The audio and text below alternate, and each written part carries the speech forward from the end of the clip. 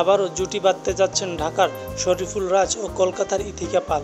সাহেব নামের সিনেমায় তাদের দেখা যাবে একসঙ্গে। তথ্যটি নিশ্চিত করেছেন সিনেমাটির প্রযোজক আরশাদ আদনান। সাহেব পরিচালনা করবেন সাহিব চন্দন। আগামী রোজার ঈদে মুক্তি পাবে সিনেমাটি। ৩ জুন ছিল প্রযোজক আরশাদ আদনানের জন্মদিন।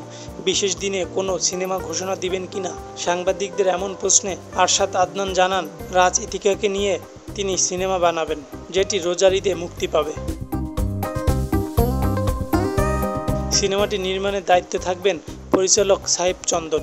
সাহেব সিনেমাটি চন্দন পরিচালনা করলেও তার সহকারী হিসেবে থাকবেন প্রিয়তমা সিনেমার নির্মাতা হিমেল আশরাফ। সঙ্গে থাকবেন প্রিয়তমার পুরো টিম।